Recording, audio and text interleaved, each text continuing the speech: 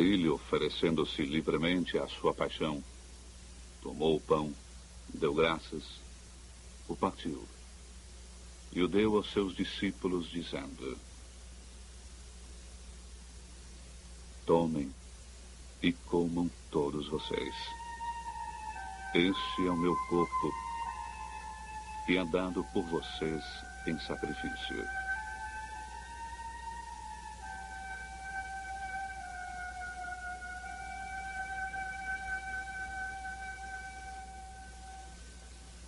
Depois da ceia, do mesmo modo, tomou o cálice e deu graças, e o deu aos seus discípulos, dizendo: tomem e bebam todos vocês. Este é o cálice do meu sangue, para a nova e eterna aliança, derramado por vocês e por todos em remissão dos pecados. Façam isso em minha memória.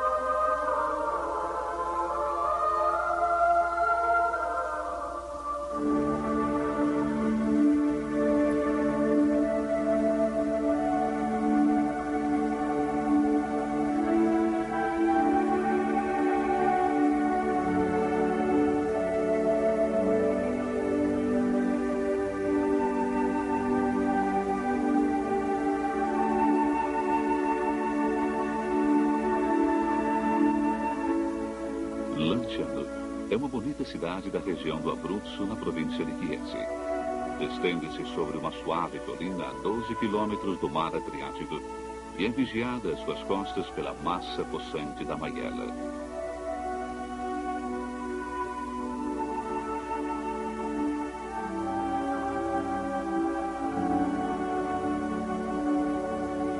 Dentro dos seus muros são conservados interessantes testemunhos medievais, históricos e artísticos.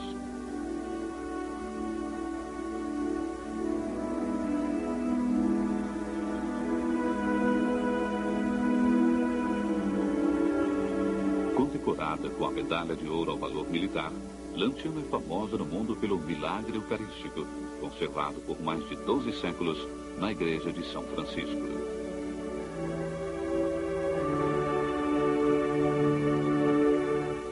O evento prodigioso, segundo unânime e constante tradição histórica e religiosa, remonta ao século VIII.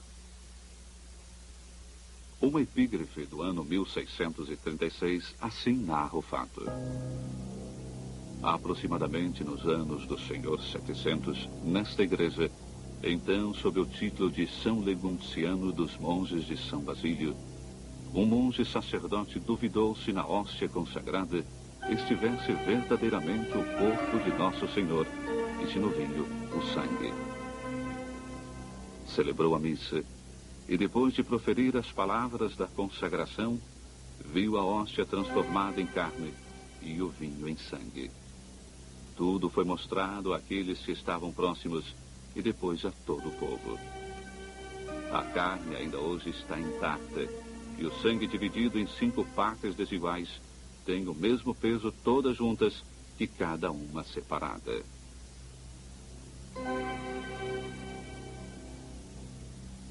O texto, sintético e lapidário como um verbal, nos fornece os dados essenciais de um autêntico episódio de crônica.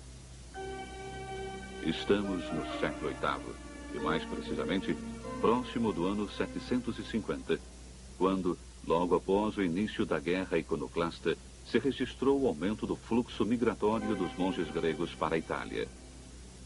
O lugar do milagre situa-se na pequena igreja de São Legunciano, confiada a um modesto núcleo de monges basilianos, acolhidos como refugiados pelo povo de Lanciano.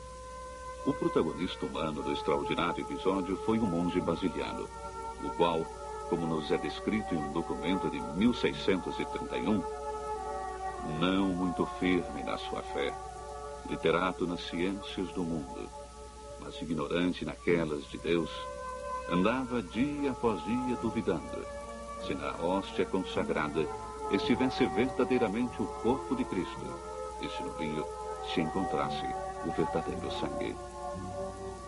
Ignoremos os dados pessoais do monge. Em compensação, podemos fotografar atentamente a sua imagem interior.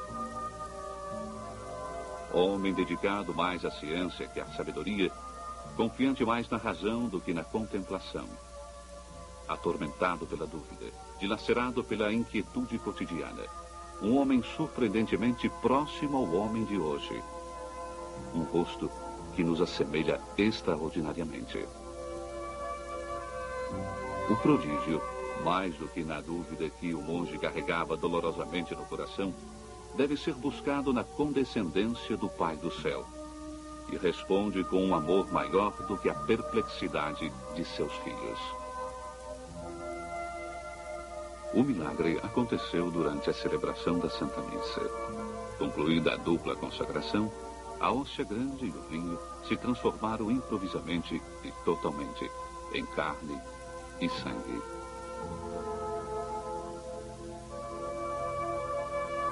O monge, diante de tão grande e estupendo milagre, estampado e confuso, permaneceu por um certo tempo como transportado num êxtase divino, mas finalmente cedendo o temor à espiritual alegria que lhe enchia a alma, com o viso alegre, cheio de lágrimas, voltando-se para os que lhe estavam próximos, disse: ó felizes assistentes, aos quais o bendito Deus, para confundir a incredulidade minha, desejou revelar-se nesse santíssimo sacramento e tornar-se visível aos nossos olhos.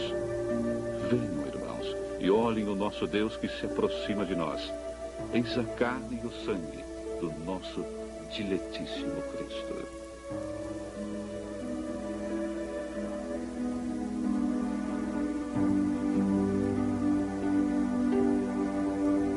Ainda hoje, milhares de pessoas acorrem para admirar esse sinal eloquente da fé da Igreja na Eucaristia. O santuário torna-se assim um centro de atração espiritual para todos aqueles que buscam Deus. Para todos aqueles que almejam encontrar, como um viajante perdido no deserto, a única água capaz de matar a sede do coração do homem.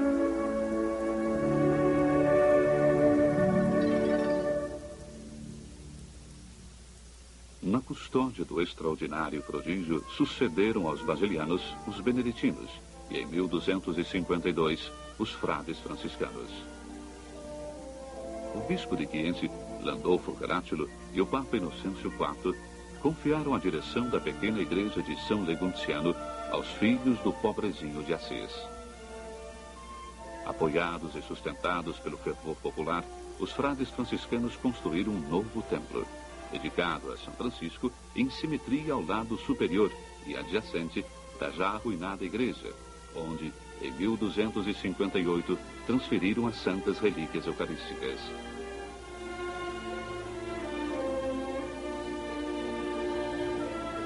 Sobre o terreno ocupado pelo pequeno mosteiro basiliano, construíram um convento mais amplo.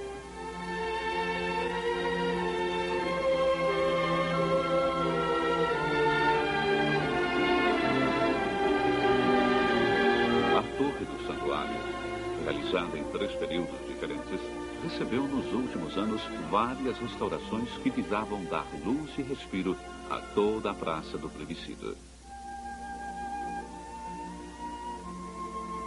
A cúspide remonta ao século XVIII e termina em forma de cúpula octagonal, com a abóbada recoberta com azulejos esmaltados e pintados.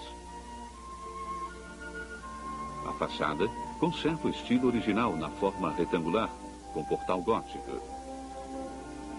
Por volta de 1740, depois de um desastroso terremoto, a parte superior foi reconstruída com pedras antigas ornamentadas com efeitos e relevos.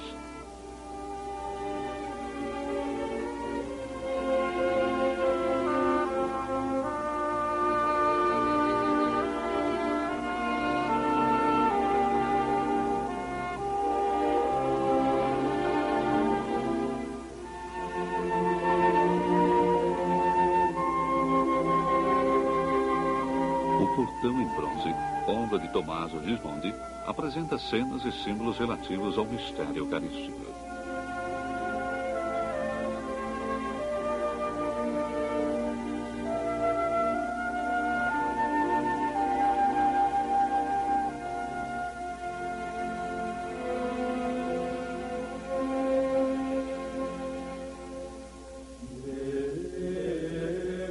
Na sua origem, a igreja de São Francisco era de estilo gótico, um misto de elementos românicos e borgônicos.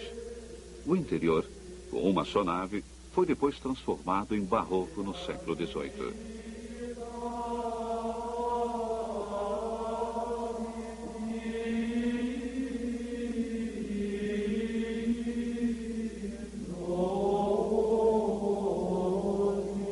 A arcada possui 3 afrescos que representam 3 famosas mulheres bíblicas, Judite, Esther e Raquel, obra de Teodoro Donato de Chieti.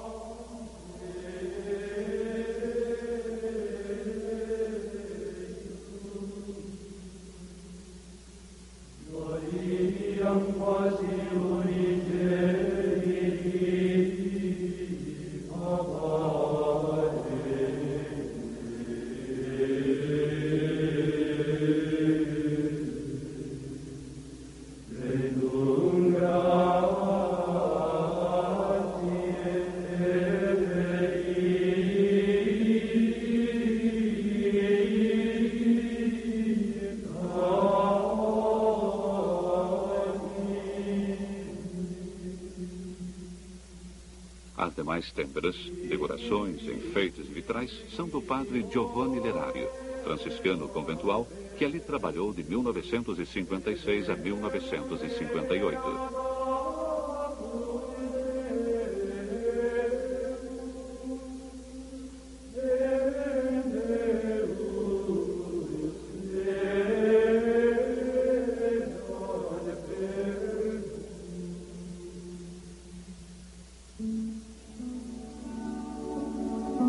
O monumento em mármore, que é o centro do presbitério, é como o véu e coroa das preciosíssimas relíquias, foi realizado em 1902.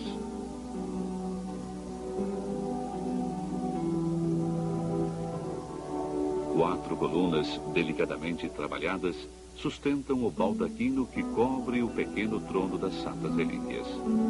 Entre o pequeno trono e o tabernáculo, à direita e à esquerda, podem-se ver 2 anjos com as mãos juntas e numa atitude de adoração.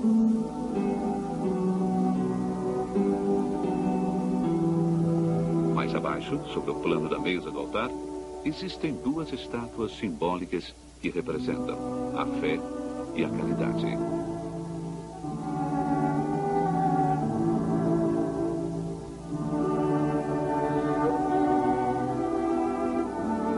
Precedentemente, as relíquias eram conservadas na Capela Valsecca. Hoje, é ainda possível ver a grade em ferro batido dourado que conservou a carne e o sangue por 266 anos. Naquele período, se podia admirar o milagre somente 2 vezes por ano. Na segunda-feira de Páscoa e todos os dias da última semana de outubro. Antes ainda, o prodígio era conservado numa capela no lado direito do altar maior.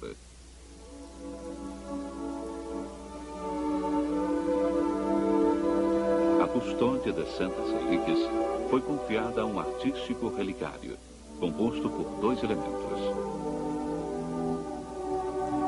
Um ostensório de prata de 1713, que sustenta a hóstia transformada em carne, e um cálice de cristal de roca, que contém os 5 grumos de sangue, no qual se transformou o vinho.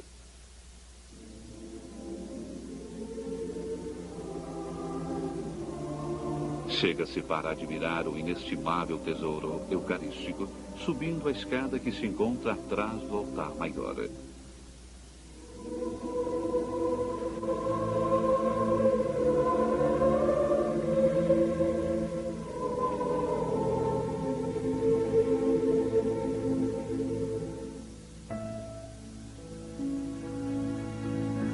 Nos ambientes do restaurado convento, encontra-se uma ampla mostra fotográfica que permite percorrer a história e a vida do santuário.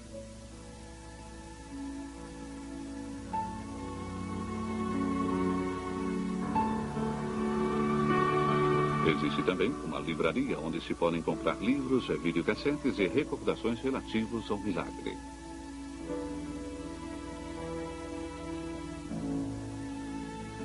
É possível ainda ver os antigos e afrescados locais de São Legunciano, restituídos ao seu primitivo esplendor, mesmo se evidenciam os numerosos e irreparáveis danos sofridos durante os séculos.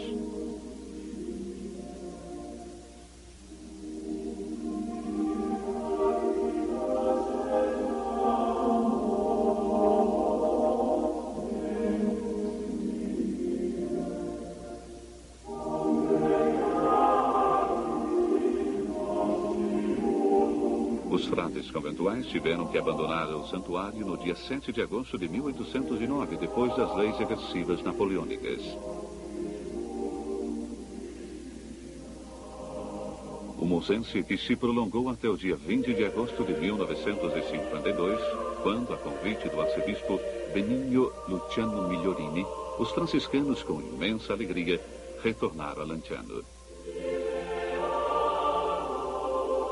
De volta a administrar a igreja de São Francisco, os filhos do seráfico pai de Assis, com paciência e empenho, se empenharam a dar novamente vigor e esplendor ao santuário.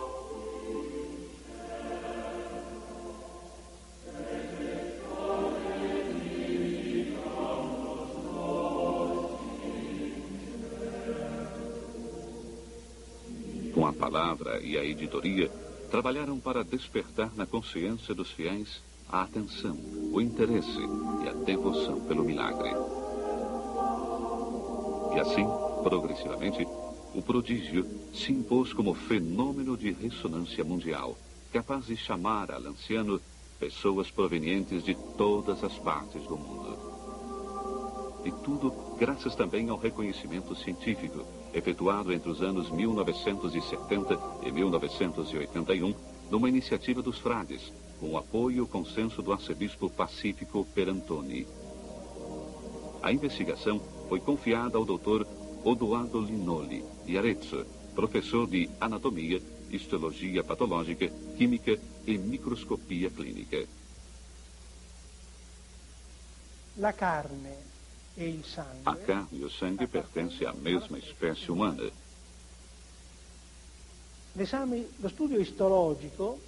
O estudo histológico nos permitiu definir, já no exame de 1971, a presença de um tecido do miocárdio. A carne representa, então, um fragmento de coração. No exame de 1981, isto é, depois de 10 anos, resultaram presentes também endocárdio e um ramo sutil do nervo vago. Então, tratava-se verdadeiramente de um coração.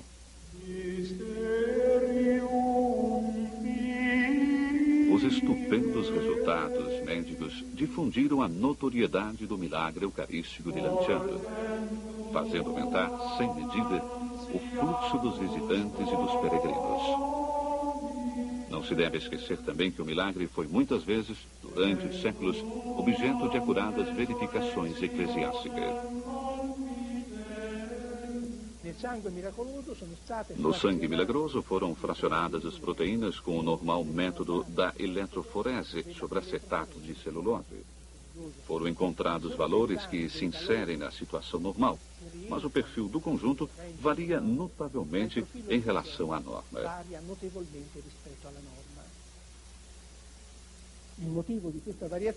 O motivo dessa variação pode ser vista sob duas ordens de fatores.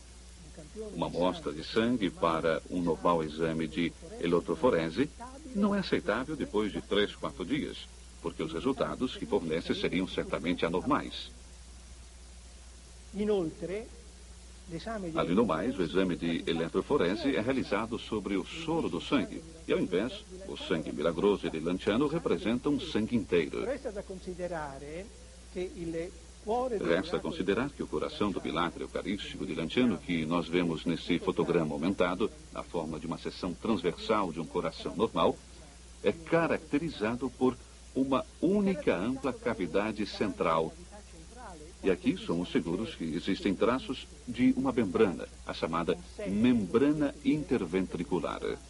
É como se o coração se tivesse retraído para a periferia, e na extrema periferia vemos esses buracos, que são 12, e que indicam a passagem de pregos. Consequentemente, nos vem a explicação que o coração, sendo um tecido vivente, foi o encontro da contração do rigor mortis, que acontece normalmente no coração do cadáver humano.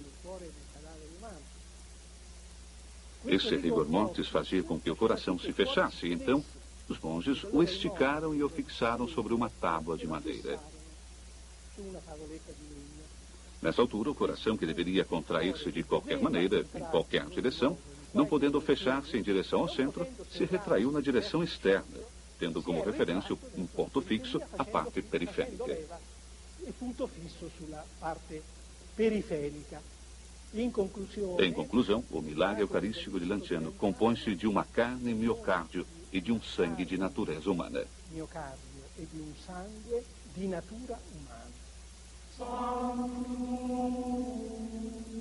A ciência médica deu crédito, assim, de maneira rigorosa e inconfundível, à voz da tradição religiosa e do testemunho histórico. O mistério cristão não é contra, mas além da razão. A verdadeira ciência reconhece com lealdade que existem fatos que superam as experiências e que a verdade científica não é toda a verdade. Existe um espaço imenso para a fantasia do Criador. Certamente, o milagre não dá a fé. Para na porta. Ultrapassá-la é próprio do impulso vital do acreditar. Com o milagre, Deus abre uma passagem no coração do homem. Cabe ao homem abrir-se a Deus ou fechar-se no seu inconsciente.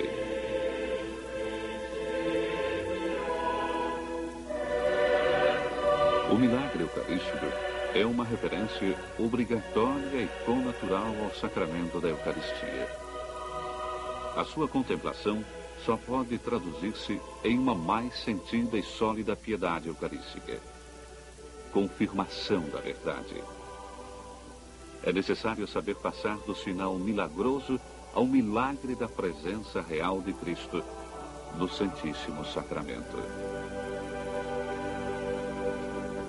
A Eucaristia é, por excelência, o sacramento da fé. No centro da fé cristã, de fato, encontra-se o mistério pascal de Cristo. Cristo morreu pelos nossos pecados. Cristo ressuscitou para a nossa salvação.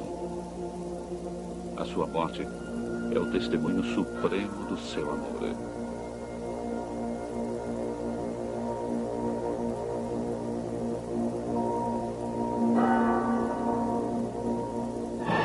A sua ressurreição é o testemunho da sua verdade.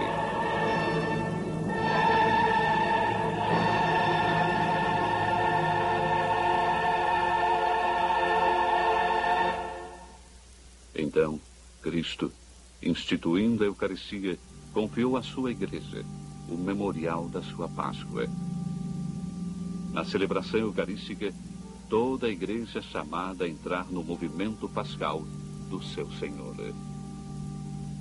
A nossa participação no corpo e no sangue de Cristo nos faz ser uma só coisa com Ele.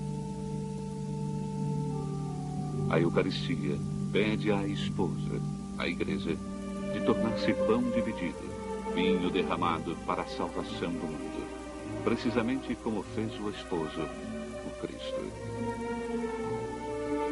A A Eucaristia leva o cristão a ser irmão de cada homem, numa comunhão sem exclusões, numa partilha sem fronteiras.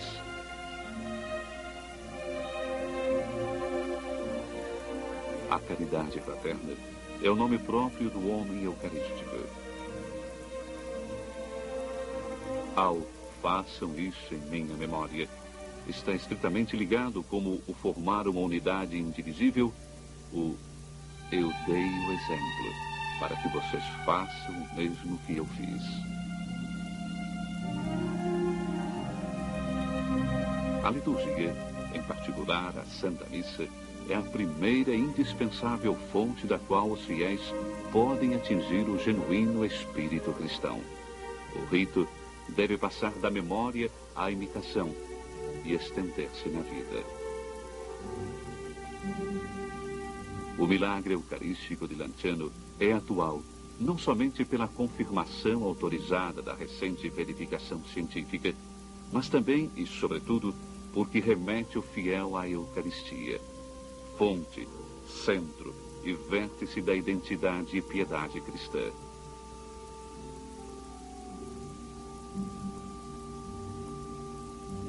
Na Santíssima Eucaristia, de fato, se encerra todo o bem espiritual da Igreja, isto é, o próprio Cristo, nossa Páscoa e pão vivo.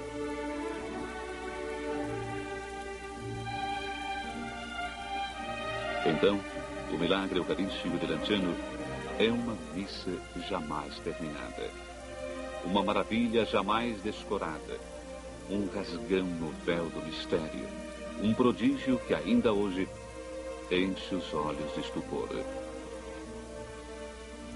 É uma força, além de um sinal, deixado por Cristo na sua passagem por Lanciano, jamais dispersa.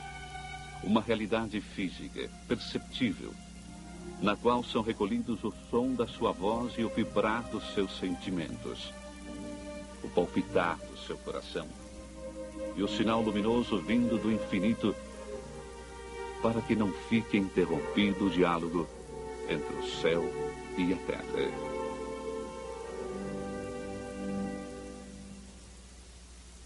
Há mais de 12 séculos, muitos homens das 1000 faces e nomes se dizem: vamos até Lanciano, vamos ver o evento que o Senhor nos deu a conhecer.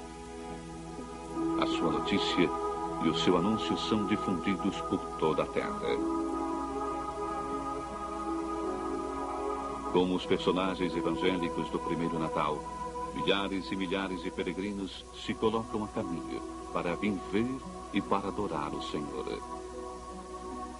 E, ao ver as prodigiosas relíquias eucarísticas, todos provam uma grandíssima alegria.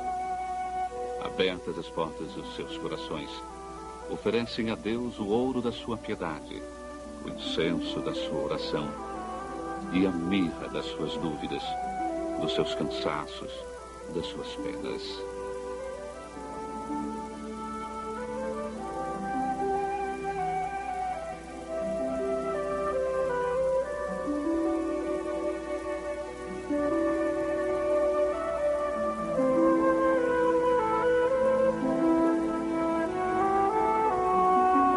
Então, retornam às suas cidades por outro caminho.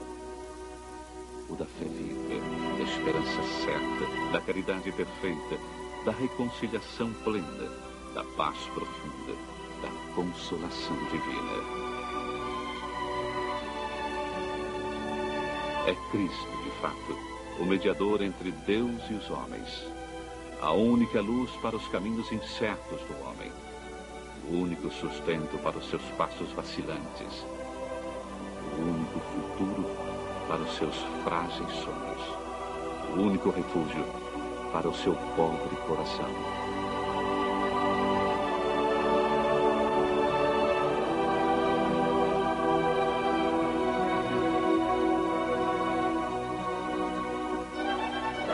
O milagre eucarístico de Lanciano é como o eco do grande anúncio evangélico. Deus é Pai. Deus é Emmanuel. Deus é amor. E vocês são todos irmãos.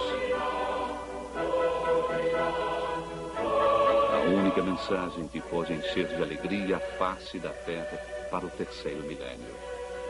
A única boa notícia que faz jubilosa a história, dando-lhe sentido, cor e sabor. É o coração do anúncio da igreja. É o conteúdo da nova evangelização. Glória a Deus, no alto dos céus, e paz na terra aos homens por ele amados.